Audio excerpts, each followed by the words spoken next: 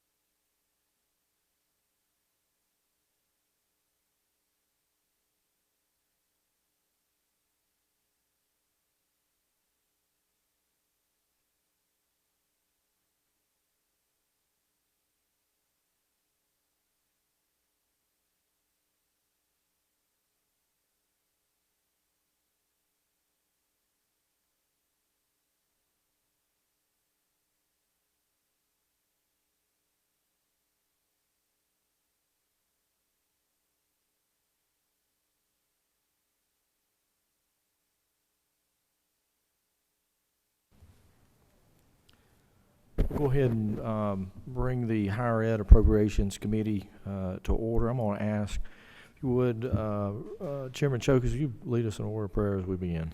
Your number 6. Thank you, Mr. Chairman. Let us bow our heads. Oh, Lord and Heavenly Father, thank you very much for this day. Thank you for our work together for the good of the people. And thank you for this committee. This committee is our future, and it has so many promising things that it does. Please give us discernment. Please give us wisdom. Please give us patience. In your Son, Jesus Christ's name, we pray. Amen. Thank you, Chairman Chokas. I want to welcome everyone. Obviously, the members that are here, we've got Representative Dukes, present in the chamber, Chairman Chokas. Who am I missing else there is here present? But I also want to welcome, we've got online with us Representative Jones, Leader Jody Lott. We've got Dean Calvin Smyrie that is online with us. And so I want to welcome them as we take our first, just a hearing only, as we start to look at the FY22 budget. So again, I appreciate everyone being here. And there was a little bit of an agenda here, but I want to move our order, because I know one of our I guess a good friend, I want to let him go first. I know he's got a meeting to go, and Chancellor, would you and your staff, if you want to come ahead and come to the podium.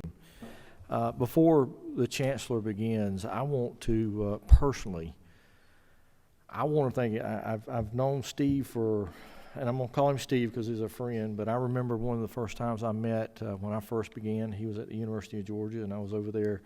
I'll never forget as we were looking at some things within the University of Georgia and our campus over there, how helpful he was. And as I've gotten to know him over the years, he's become a good friend. And if you look at the history of Steve, your service not only to the higher education system in Georgia, the different roles you've played from the University of Georgia all the way to Chancellor, but even before that, I would dare label you one of those longtime public servants to Georgia, and one of the ones who are dedicated to Georgia, all of Georgians, for the right reasons. And I know y'all are like me, probably sad to see him go, but he has decided to retire and probably enjoy life and enjoy some of the other things that family and the hobbies that I think we share some of those together. And I just personally want to say a big thank you and how much it's meant for us to have worked together, and the honest conversations that we've had. Sometimes we agreed, sometimes we didn't, but they were always honest conversations, and they were for the right reasons. And again, Chancellor Steve, my friend, thank you for your service to this state, and especially in your role to higher education in Georgia.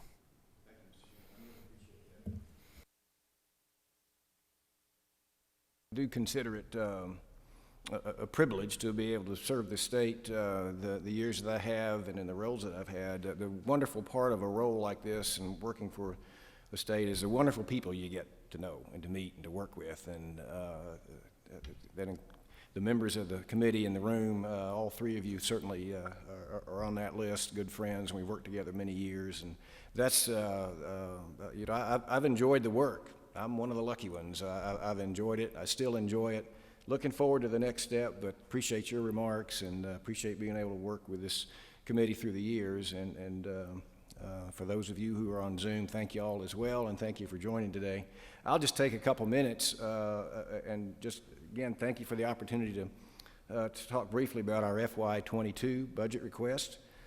We very much appreciate the support of the General Assembly through the years. This year, on the 21 amended, we do not take it for granted. The university system is healthy, and it's healthy because of the support that this committee and the House and the Senate and the governor all give it, and we do appreciate that very, very much.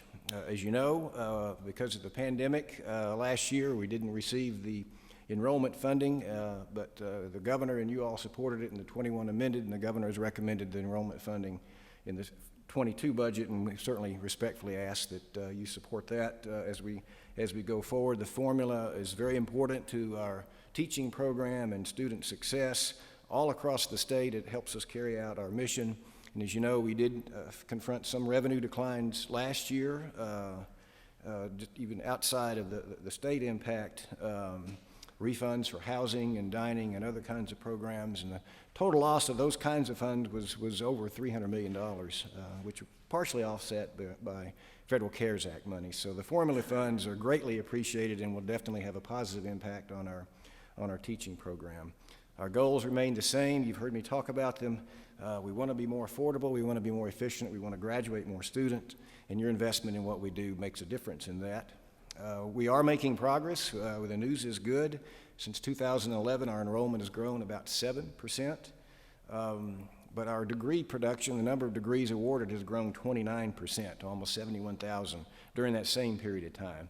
So our rate of awarding degrees is growing 4 times faster than our enrollment, and we feel like that's progress and the result of your investment and the deliberate steps we've made in investment in supporting students. We do know one of the best ways to support students is to keep costs low, and as a result, we have not raised tuition 3 of the last 5 years and did not raise it this year. Our average annual tuition increase the last 5 years is 0.9%, less than 1%. And we're proud of that. We've worked hard to maintain that. We're not able to do that, though, without the support of this committee and the General Assembly and the governor, so we do appreciate that.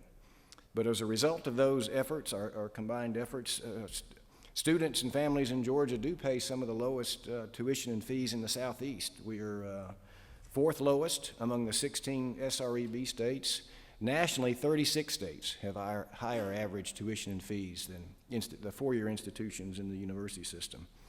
But we're also proud that we maintain quality. As you know, we have a number of programs and institutions ranked among the top among U.S. News and World Report.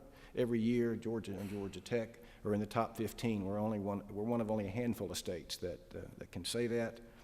We've also made an effort on pioneering reducing the cost of textbooks through offering e-textbooks, and last spring alone we saved students around $27 million on textbook costs as a result of that.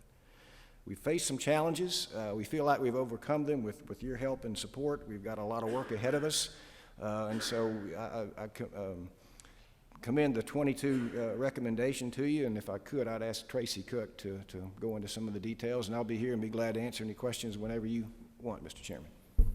Thank you, Chancellor. We appreciate it, and again, I want to say thank you, but thank you to all of the university, the USG, and all of our colleges in the state. We've faced a hard year, if you will, probably going on a little longer than a hard year as far as the COVID. I know all of the system and the faculty are dealing with this, just like all Georgians are, but just like all Georgians, we always rise up to the occasion to meet the challenges that we face as citizens of Georgia. And thank you and to all of the faculty at all of the institutions for what they've done to meet this challenge head on. I know we've made great headway, and we've been an example, I think, across the state of how to keep our students safe, but also, when appropriate, to return to classrooms as much as we can. And we know that's takes a lot of hard work. And I just want to say thank you to you and all of the institutions and the faculty across the state of Georgia. Thank you. Thank you, Chancellor. Good afternoon, Chairman Knight, Vice Chairman Gaines, and committee members. As Chancellor mentioned, I'm Tracy Cook, and I'm going to talk a little bit about the fiscal year 22 budget. So the recommendation for fiscal year 22 budget reflects a net increase for the University System of Georgia of $131.4 million for all of its institutions and its pass-through organizations.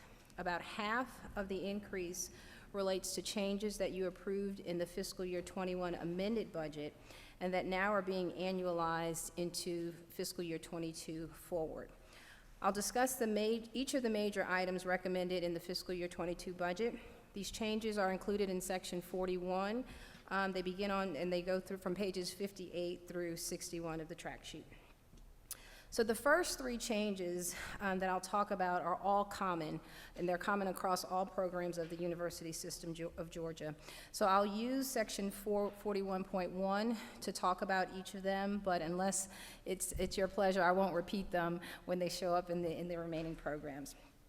The first change is related to an increase in the employer share of the teacher's retirement rate, which increased from 19.06% of salary to 19.81% for fiscal year 22. Again, across all programs, this rate change results in a $7 million increase in state funds. The next item is the elimination of funds for the payment to TRS, the Teachers Retirement System, for a subset of our optional retirement plan members that were originally TRS members. This reduction was approved in the fiscal year 21 amended budget as well and totals $4.7 million across all programs. Again, just as a quick reminder, the actual legislation that required this payment to TRS from the University System Office was repealed through House Bill 292, so that payment is no longer required. The third and final agency-wide change relates to the reduction for employer share of health insurance for our employees and our retirees. Changes in the Board of Regents health plan have saved money and reduced costs to the state by decreasing employer premiums. We manage our plans by constantly reviewing our claims data, negotiating strong performance guarantees, and really being vigilant about managing our vendors. And so this represents a $1.1 million budget reduction across all of the programs, and it reflects these efforts.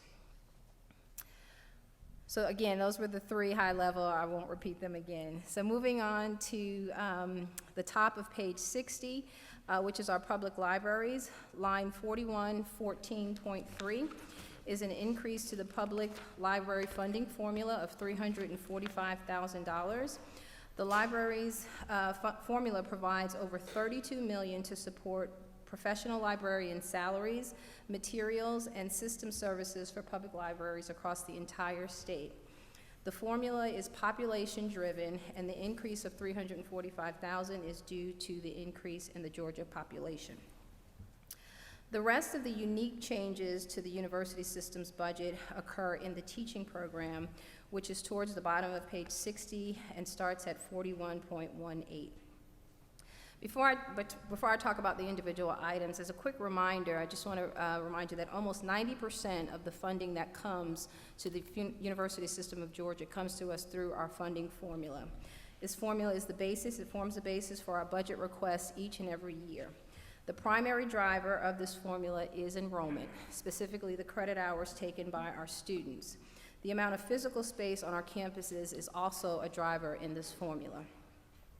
Line 41.18.2 is the governor's recommendation of $57 million for credit hour growth. These funds support increased costs associated with the growing number of students enrolled at our institutions. For the period that it's reflected in the formula, we saw an increase of 1.5% growth in our student population and the associated credit hours. That's what drove the request for fiscal year 22. 41.18.2 also includes the support for new academic square footage across our institutions or maintenance and operation funding. And this increase of 336,000 square feet generates approximately 1.9 million in state funds. And these funds are essential for our plant operations across our campuses. They provide for things such as utilities, custodial services, building maintenance, and other facility-related operating expenditures. We are grateful for the governor's recommendation and for your approval to provide the funding of the $70 million in the amended budget for the state funds earned through the formula for last year's enrollment growth.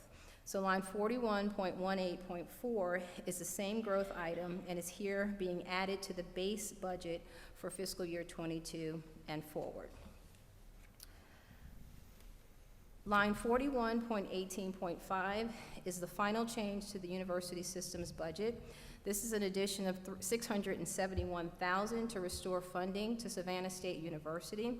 This funding was removed from Savannah's budget approximately 20 years ago to cover the annual debt service payments on a state GO bond-funded project. It was a housing project at Savannah State.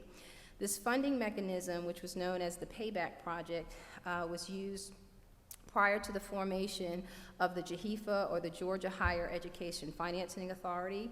Now that the debt on this facility is paid off, we are seeking that the funds be restored back to Savannah State University's budget.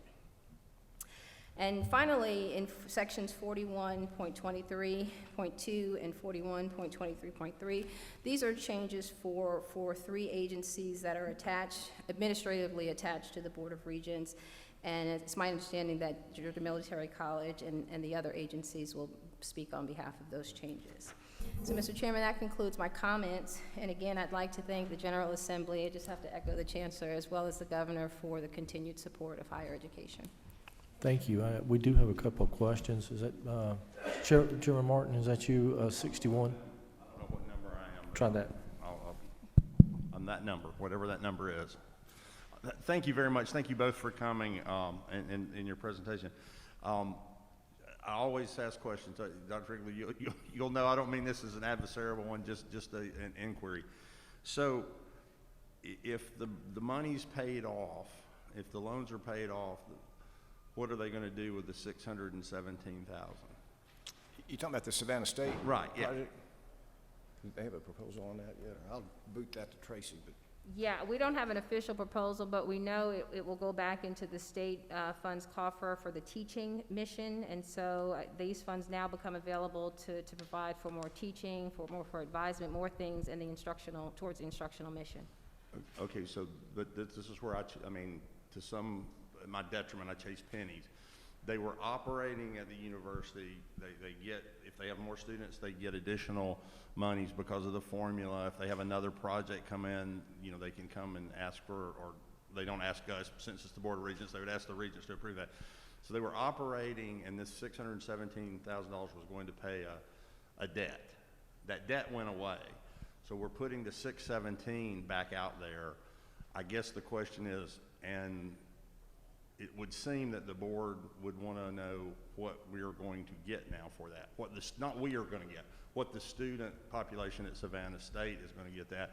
And if the answer to that is the Regents are aware that's additional money and they're going to make sure that it's programmed properly, I understand the constitutional separation, but just putting it out there when there's not a loan to pay without a mission is just pennies I chase.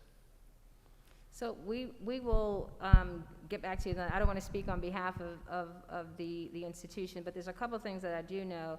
There's some needs currently in housing that need to be addressed, and so it could address those. It could address, again, back to the instruction mission, but I will get back with the institution and get some more clarification on how they plan. That's fine. Thank you very much.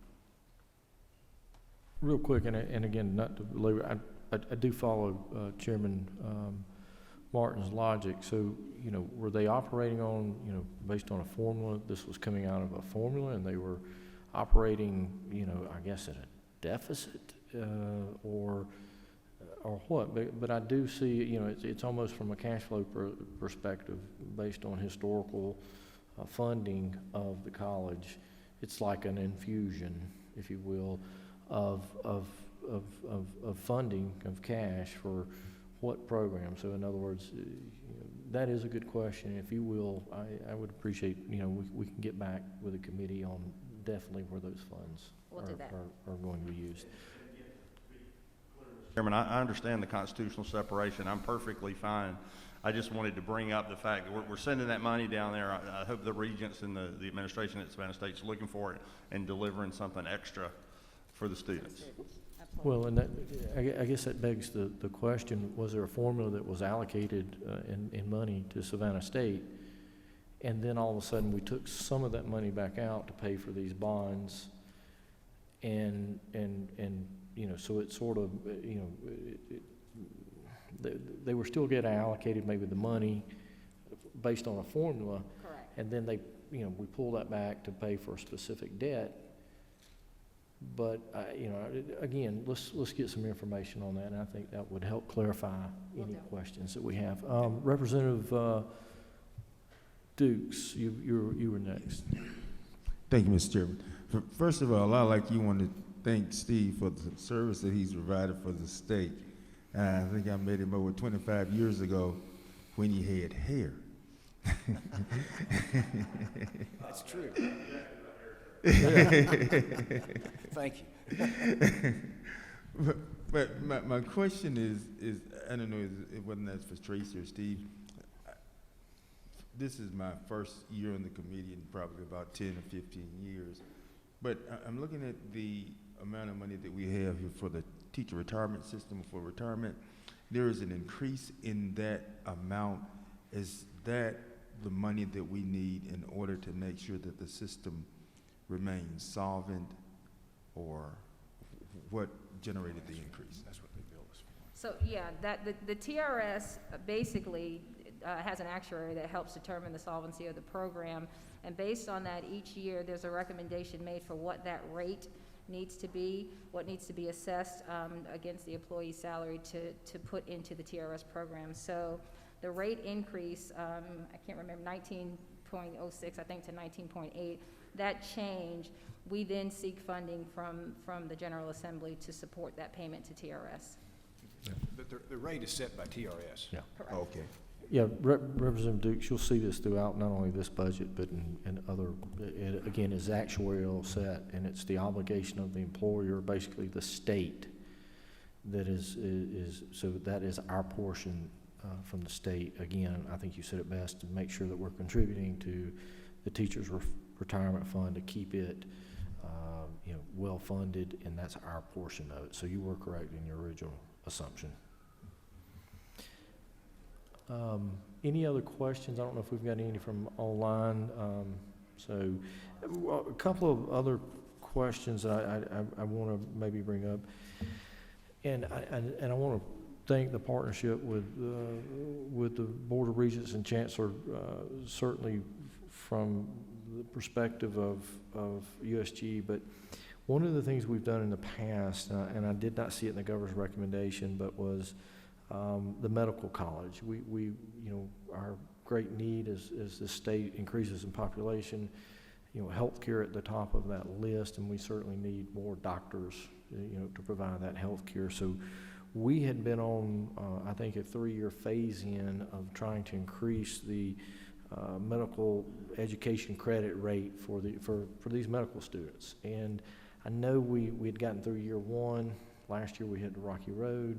But I didn't see it in here, and I is that, I don't know, what was going on. I know we have a great concern that we need to make sure we've got enough physicians out there to provide the health care that our citizens need. But any comment on that from your perspective in the program? Yes, that item, I guess we first requested 3 years ago. It was to adjust the component in the formula that had to do with salaries at MCG. They had fallen behind, if I recall, 18%, I think. And so to your point, we asked for a 3-year phase-in. I think it was $7 million or something a year to help adjust just that component in the formula to address that shortfall of funding at MCG. We did receive it last year, a year before last, not last year, and it wasn't recommended this year, but I do think it does keep MCG on track to be competitive from the standpoint of being able to attract and keep good faculty and that sort of thing. Thank you, Chancellor. I think that may be something that our committee may want to look at as we move forward with the budget. But I appreciate that, and I know that's been a concern in our program to make sure that we're producing the physicians, Georgia physicians, that we need to take care of our Georgia citizens. Right. Yes. Thank you. Mm-hmm. Any other questions from the committee? Chairman Martin. I just wanted to add my thanks, Dr. Wrigley. Thanks for your service to Georgia over the years. We agree on many things, and when we don't agree, we found a good way to talk about it and get to a better place, I think, for Georgians. Mm-hmm. You've been a real asset to me personally in my time down here, from the several positions you've held for the state, and even before I was here. The state's a better place for the work you've done. And we wish you the best wherever your trails lead. I hope they lead back to Athens with 100,000 or so of your favorite folks some this fall. So you will be missed, and I thank you very much for what you've done for the state and the university system in your latest position.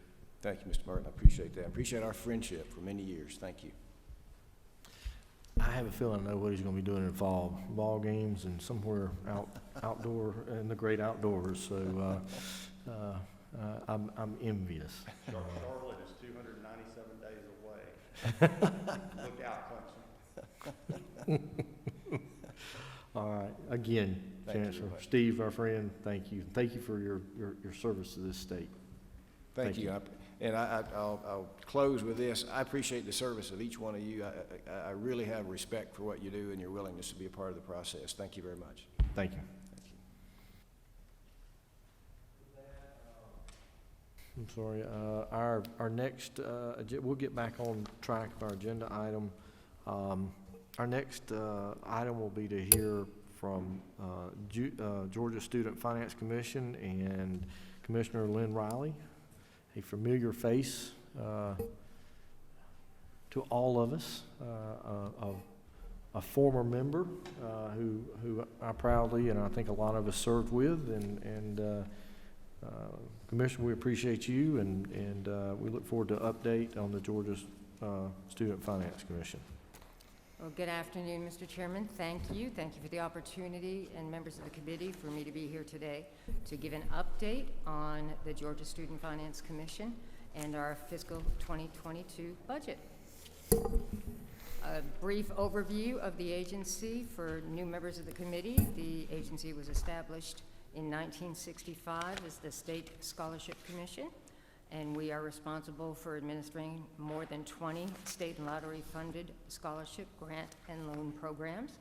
And our singular mission is to promote and increase access to education beyond high school for our Georgia students. Of course, two primary goals in doing that is to administer over $1 billion worth of funds every year, and to make sure that we increase awareness of our students and families that we have financial aid opportunities for them. Our fiscal year 2020 budget expended over $940 million for the benefit of students. The predominant amount of that, $780 million, was for HOPE programs. We also provided tuition equalization grants, student access loans, $98 million in dual enrollment funds, and we also provided scholarships and grants for military programs and other programs. This slide is very impactful to me as joining the agency this year.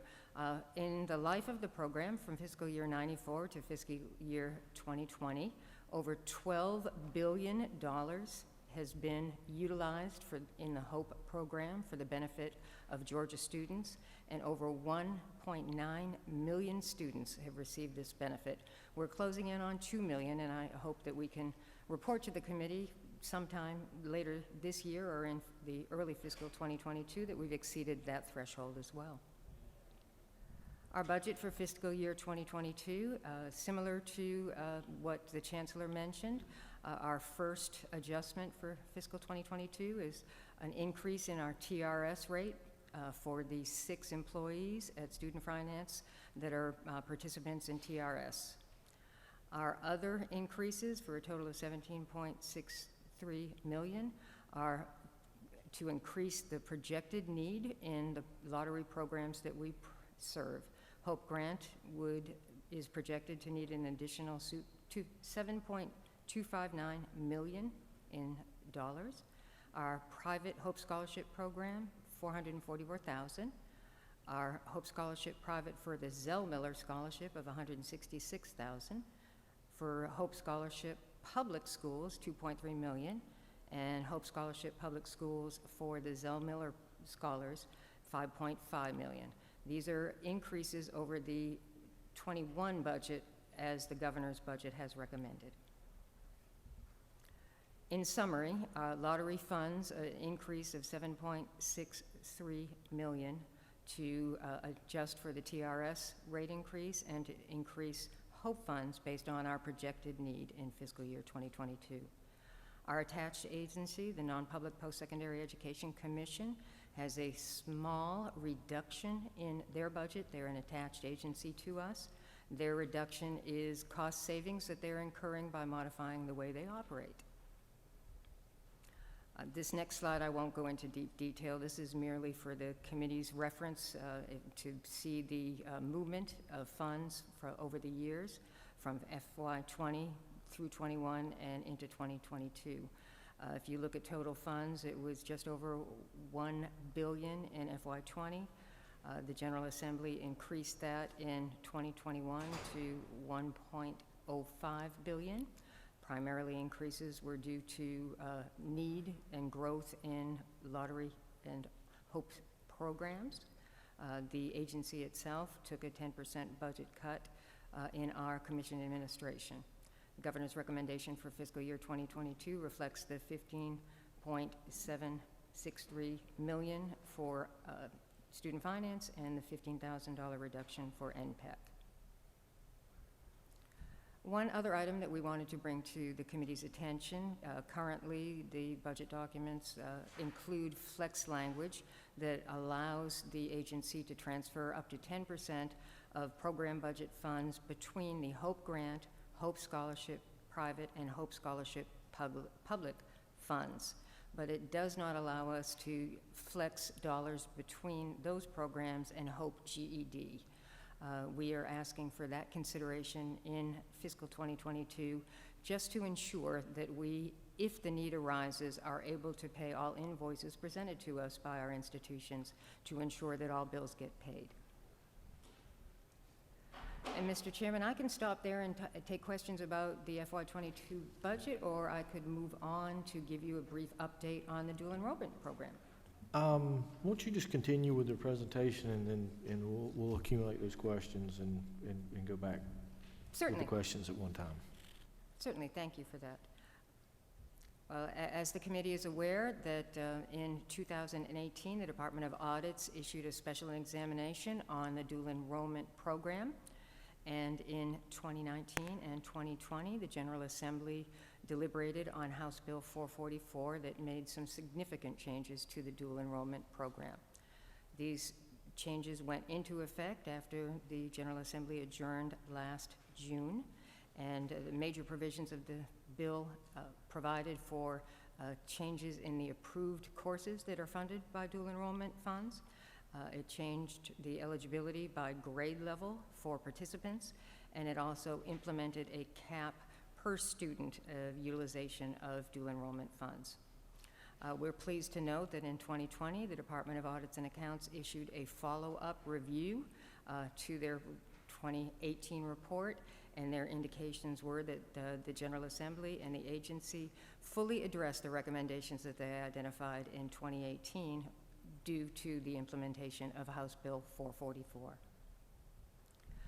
At the agency, some enhancements that we made in experience for our students were to, one, provide interaction digitally, primarily due to the pandemic, but also we are continuing to utilize our digital services and our websites to provide interactive service for our student participants in dual enrollment.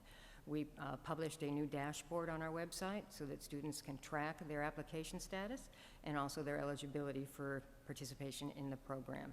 We have an online course directory so our students can know which courses that they might be interested in using or taking, whether they are covered by dual enrollment funds. We've eliminated paper applications and gone digital so that we can provide full service for all of our students from wherever they may be. And we have hosted a number of webinars on our platforms to ensure that our students are fully aware of exactly what we provide to them.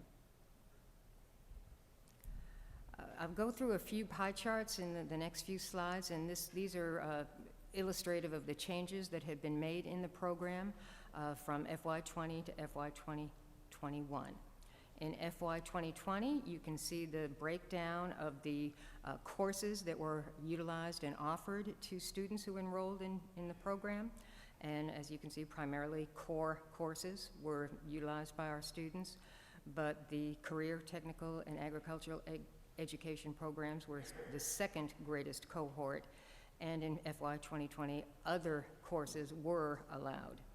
Now, in contrast, when you look at FY 2021, the other courses were eliminated by House Bill 444, and now the enrollment is purely within core course or CTAE courses. In FY 2020, this slide shows a breakdown of the courses by sector, and you can see the deviation in the core courses between USG, TCSG, and the private institutions. And as you can see by these three pie charts, that there was a component of other courses in FY 2020. As when I advance to the next slide, you will see that those other courses have been eliminated by House Bill 444, and in FY 2021, the enrollment was limited to core and CTAE course selections.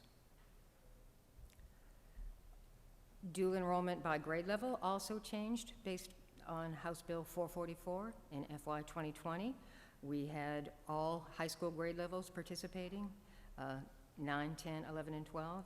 As we can see, the predominant enrollment was focused at the senior or 12th grade level, but by sector, you can see that there's a bit of a difference in each of the grade levels in their utilization of dual enrollment in FY 2020. In contrast, for FY 2021, you'll see the elimination of the 9th grade participation paid by state dollars in the dual enrollment program. And as you can see, USG has a predominantly the 12th grade participation. TCSG, a majority, the private institutions similarly, but as you can see, the 9th grade has been eliminated from that funding. This slide reflects the growth in the dual enrollment program since 2014, when it was called Excel. Then in 2016 and 2017 was titled the Move On When Ready program, and now in 2018 and forward is dual enrollment. The last two columns to the right, the purple shaded area are the amounts that are appropriated or considered for in the 2021 budget and 2022 budget. We added those increments above the purple shaded area to indicate the adjustments that have occurred. Yellow due to House Bill 444, which reduced the number of students that could participate based on grade level and by courses that they were pursuing. And the enrollment, the red section of that bar chart is the reduction in enrollment. So you can see from 2019, our high of 104.6 million that was utilized in state dollars for the dual enrollment program. For AY 2021, we are looking at 82.8 million in the budget that the governor has just signed. And in FY 2022, $89.8 million as reflected in the budget that's before you. Again, this bar chart just reflects the change in students for 2021 and 2022 due to House Bill 444 as reflected in the yellow shading area. That is what will not be utilized. And similarly, the enrollment has reduced by the red blocks so that we project 48,691 students to utilize dual enrollment in FY 2021 and 57,713 students in FY 2022. And with that, Mr. Chairman, again, to remind the members of the committee of our mission, I'm more than happy to answer any questions. Thank you, Commissioner. Any questions from members?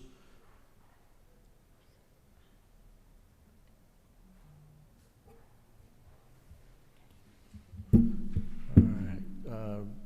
Representative Dukes, you have a question? Now, just a request. We certainly appreciate that presentation. It was very enlightening to me. And my request is there any way that you can email that to us such that we can be able to have an opportunity to kind of just really delve into it? Absolutely. And thank you for that question, Representative Dukes. We will make sure that you have a copy of it. And of course, my team and I are available to you and all members of the committee at any time to bring any more content to any of the areas that we oversee. They have been quite helpful up to this point. Great, thank you. Any other questions? Commissioner, there are one or two, I guess, comment/questions, but one, I know when we were dealing with dual enrollment, part of it was to, the original intent of dual enrollment was to make sure that we had a pathway and we could help these students get through their higher education experience and complete high school. I know we had some talk about what were the outcomes, and I know that your predecessor and I know your assistant commissioner over there, we had talked about this. Once we started getting this data, how are we doing in the output? In other words, are we accomplishing that mission, or are we doing what we need to do to make sure that the numbers are there, these students are moving through quickly, they're not taking courses that they end up not needing towards graduation at the higher level? Do y'all remember, Commissioner, I may be hitting you sort of blind, but that may be a conversation we can just follow up with as we built out the system, or if you remember that, and the data that we could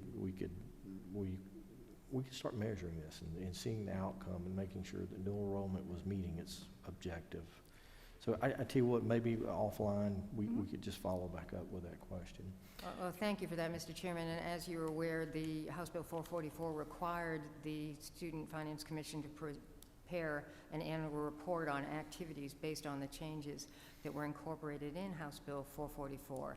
And since that began on July 1st of this current fiscal year, our second publication of that document, I think, will provide some trends that will be responsive to that request. Okay. Thank you. And the other thing is just looking at the HOPE grant, and make sure I'm back in. But the HOPE grant is dealing back with our technical colleges and the high growth areas. How did we, we've got a projection here. I guess, what are those projections based on in just the last 2 years? And I think there was a situation where we'd come up with one and we increased that projection a little bit. So is there any background or data that you can give us there? And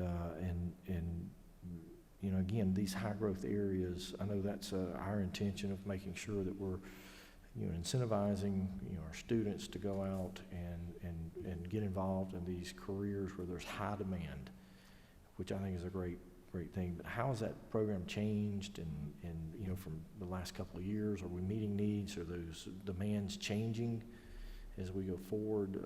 How is that program working? Well, I'm going to ask Brian Lipton, our budget director, to speak a little bit more deeply into that. But yes, we are paying quite close attention to the courses that are being utilized by the HOPE grant. And in concert with our partners, Commissioner Dozier and his team at TCSG, we're making sure that we align what we are seeing for utilization in the HOPE Career Grant and the HOPE Grant to make sure that we ask and receive from the General Assembly the appropriate dollars to meet that demand. But if you wouldn't mind, absolutely. Brian, if you want to provide a little depth. Thank you, Mr. Chair. The recommendation of the increase of $7.3 million is going to be for the HOPE Career Grant, which is for the high demand career areas. And that's going to be based on an increase of 24% in the award growth, which is the actual award growth we saw last year in FY20 compared to 19. The year before, the growth was at 30%. So this is based on a continuation of those trends. Okay. But you are seeing, and I guess that's my question, because we both, every level is sort of seeing at best a decline in enrollment, or maybe a decline in the growth of enrollment, if not down. So I'm just trying to figure that out as far as what we're seeing in numbers and our projection going forward. Is that based on real numbers, or is that just based on what we did last year, or what? Yes, sir. Year to date, we are projecting another increase. Based on the year-to-date information that we have on the HOPE Career Grant, we will exceed last year's amounts. Okay. Well, I'll tell you what, maybe, and again, we get some more data as we look into this as far as these projections and the students there and the enrollment that we're seeing in those high-demand areas. Yes, sir. Quite frankly, I love the program. I think it's one of the best things that Georgia has done as we go to meet the needs of our state's business partners, our businesses out there as they look for the needs in these high demand areas that we can partner. And I really appreciate the program, and just want to make sure we're continuing to support it and do it in the right way and allocate the funds, in the way that we can support Georgia businesses. Yes, sir. We'd be happy to work with you and provide any data you need on that. Thank you. Representative Dukes, you've got a question? Yeah, offline. As I said, I'm new. I don't understand the high demand growth, but maybe you can tell me later. I don't want to hold up everybody else's time because it seems like you already know. You guys, I don't understand the high demand growth. Hope everybody else on the committee does. I just didn't want you all to get away because I want you to just enlighten me onto it and from that perspective. And thank you, Representative Dukes, and we will be happy to provide additional information on those high-demand areas that the HOPE Career Grant funds. But I do believe, and I'm not trying to put him on the spot, but Commissioner Dozier may speak to that as well in the enrollment patterns. We fund against what the students that attend the technical colleges enroll in. We have seen those trends increase, as Brian mentioned, 30% up last year, and 24%, was that? 24 last year, 30 the year before. 24 last year, 30% growth the year before, so it's clear that there is a desire for students to participate in those career path programs. Sounds like a good idea, really. I believe it's evident that it is successful in its enrollment, and I think that we can probably look at trends going forward that we'll see those careers grow in our state that will benefit our economy. Thank you, Representative. All right. Any other questions that we may have for Commissioner Riley? Thank you, Commissioner, and thank you all for being here. And again, we may follow back up with some conversation and get some numbers. We will make sure we're supporting y'all in the right way. We look forward to it, and we thank you very much for your support. Thank you. Our next item on the agenda is our non-public post-secondary education commission. Kirk Shook.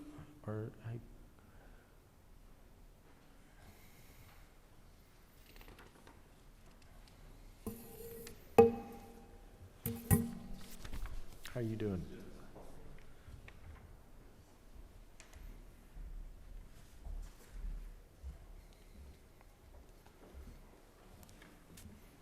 Good afternoon, Mr. Chairman, members of the committee.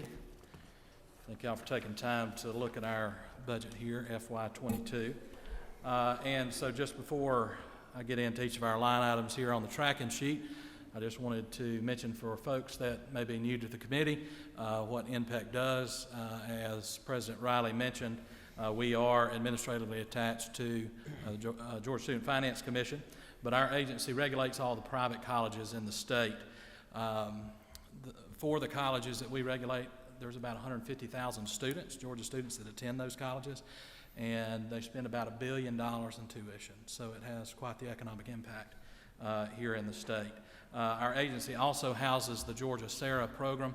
That is the program that oversees all the online education, and whether that's TCSG with Commissioner Dozier, USG schools, or the private schools, we give approval, and those schools can then be able to offer online programming to students all across the nation. So we have several things our agency does, but I'll direct your attention to the tracking sheet here. Line item 44.17.1 is our first item, the same thing that other budgets that you've seen, TRS for one employee, that's myself, an increase there. Line item 44.17.2, this is just a information piece. This is speaks to our Georgia SARA program, and that it is funded through the fees that are paid by technical college, private colleges, and the university system colleges that pay into that program. So it's a self-sustaining, self-funding program, and the budget's about $115,000 a year through those funds. And so that's just to be transparent, to show those other funds that we use in our agency to fund one of the programs.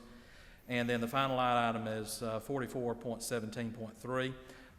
We are, because our work allows for it, we've noticed that we've been successful in remote work during the time of the pandemic.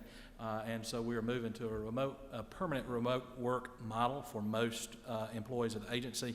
So we're going to reduce the footprint, the real estate footprint of the agency, and that'll save about almost $16,000 a year going forward to do that. And so that's for a program net change of $15,210. So I'll open the floor to any questions. All right. Any members of the committee, any questions? Online, we're good. All right. Well, I appreciate it. Thank you, Director. We appreciate what you're doing, and again, there are a lot of private colleges out there, and very important to Georgia, but also very important to make sure that these private colleges are serving our citizens correctly and in a great way, and they are. A lot of them are, but we appreciate what you do and how you and your agency deal with that. Thank you. Thank you. Thank you, Chairman. All right, and next on the agenda is Commissioner Greg Dozier with the Technical College System of Georgia.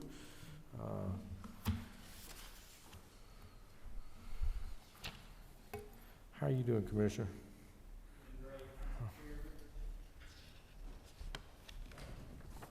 I was a little bit concerned there. I saw Director Schutt coming at me, and it made me hesitate. He's a little bigger than me. Let's get back to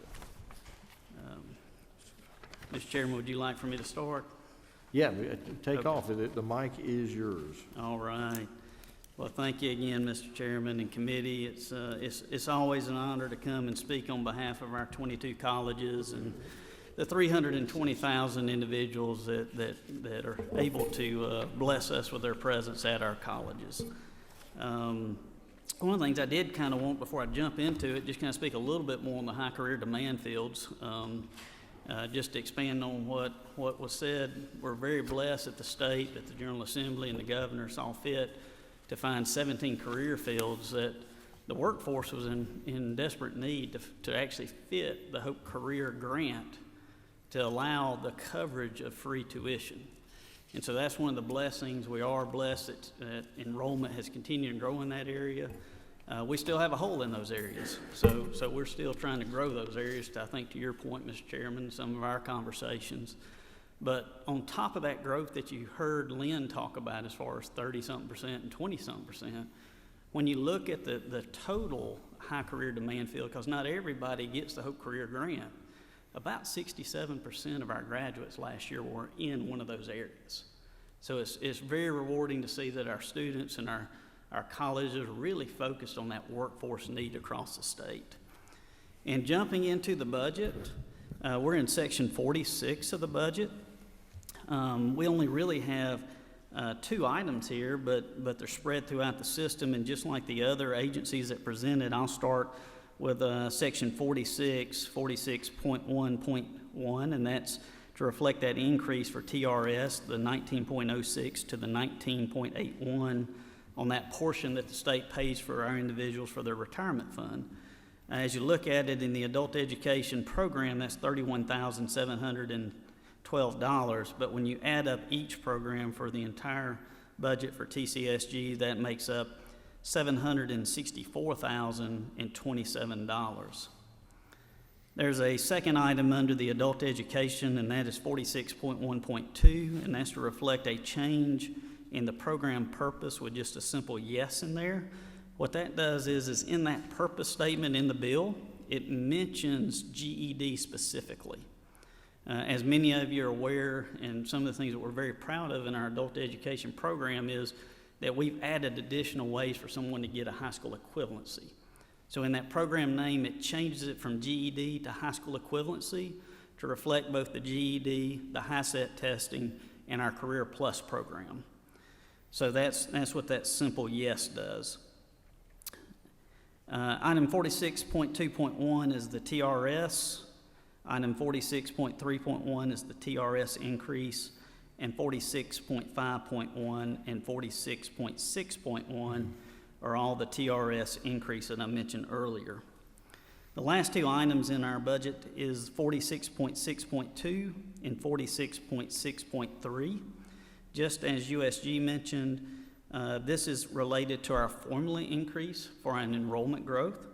46.6.2 represents last fiscal year's increase, which was about 32,313 credit hours, or 1.6% increase for $6.084 million. And item 46.6.3 represented last fiscal year's, which was funded and supported in the amended budget. And by the way, thank you, we appreciate that very much, but it's moving it forward into the 2022 budget, representing that 1.5% increase and an additional 29,760 credit hours in the amount of $3.5 million. Together, both of those, as far as the formula goes, was $9,548,363. Those are the items in our budget, Mr. Chairman, but we also have some bond projects. Would you like for me to cover those as well today? That's in section 50. I don't know if we've got that. I tell you what, we don't have that in front of us, so we'll before we go without the documentation in front of us, we'll hold off. Okay, absolutely. I'll obviously be happy to answer any of those questions for you at the right time.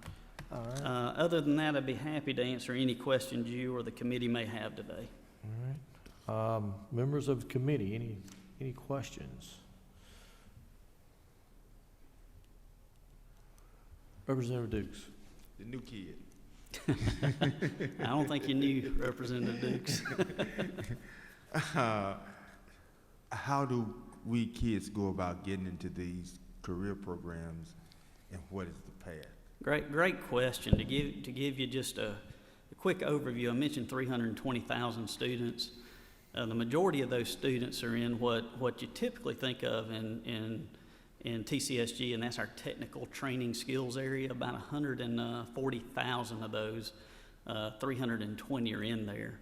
And of that 320,000, 35,000 or so make up the dual enrollment students that you just heard about from Lynn Riley. And about 108,000 are in your traditional technical training. Of that 108,000, when they come and register, whether it's through a dual enrollment transfer, straight out of high school, walk in off the street, the first thing you're going to do is encounter a counselor in our system. When you meet that individual, they're going to help map which programs you're going to focus on and which jobs availability are in your service region. So if you're coming to your local college. I'll use mine just so I don't offend anybody. The one that I live in is Georgia Piedmont. If you come into Georgia Piedmont, they're going to look at those industries around. Every single program we have has an industry advisory committee to make sure the programs we're teaching meet the requirements of those that are hiring. And when we sit down and talk to that individual, about 48% of our students are under some type of financial aid. But we're going to not only talk about the job opportunity, the earnings capability, but also how do you pay for it. And so when you combine all those, these high career demand fields are the ones that always rise to the top because the jobs are open, they're high wage earning jobs for the most part, and there's a financial way to cover it that you guys have provided. So our counselors are doing a great job out there, and that's why you're seeing that increase. And we're also working with our local K-12 systems to make sure as students are coming through K-12, they know those opportunities. So we've been very blessed. Our system, just to tell you, gives a host of different opportunities. We give a certificate, we give a diploma, and we give a degree. So you can work on anything as far as a entry-level certificate in welding. You can work on advanced welding and get stackable credentials and get a degree. Or you can work all the way up to an applied science associate degree, 2-year degree that's transferable into USG. We have 28 courses that USG has approved, so all those core classes are transferable between systems. And as you work your way through that, we're going to help you navigate and find the best mix for you financially, but that's how you find your way to it. Yes, sir. Chairman Chokas. Thank you, Mr. Chairman and Commissioner. Thank you very much.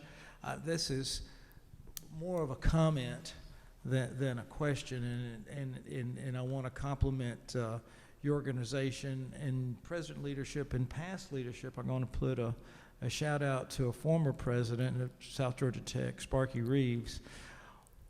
With the dual enrollment and the large increases in dual enrollment and the trying to bring the average age down of the technical college student, Sparky suggested to our local Board of Education, who at the time was looking to build a new high school, and they are currently building a high school, should be finished within a year, $50 million project, directly across the street from South Georgia Tech. And that was to credit Sparky with his vision of marrying those two institutions, you might say. Yeah. So I just want to say thank you and continue the good work. Thank you, Mr. Chairman. And Sparky was a great one. I wish I had really got to know him. I unfortunately did not, but John's followed in his footsteps and doing a great job down there, and they're excited. When I was able to visit down there, they're excited about that partnership. Thank you. Thank you. Questions? One of the things, and we may want to get some data, but you know, we keep hearing this not only from USG. We talk about enrollment, and certainly with some of the trends in Georgia declining. Yep. I mean, we're seeing the elementary, K through 12, and all. But as we see these declines, I want us to sort of keep an eye on this as we prepare for the future. In light of maybe either declining enrollment or a declining growth in enrollment, at some point we'll reach that crossing point. But overall, are you seeing a decline in enrollment, but yet the funding formula is going up? So I'm trying to make sure that we understand what's behind that. And any quick words, and then maybe you can follow up with some data that we could. Great question, and connecting the dots is exactly. We do have a declining enrollment this year during this COVID pandemic time frame. And next year when we're standing before you, that's going to be the issue. Fortunately, the prior 2 years, and even before that, we've been having growth of enrollment year after year, and that's what this formula increase covers, is that growth that we have experienced. Yes, sir.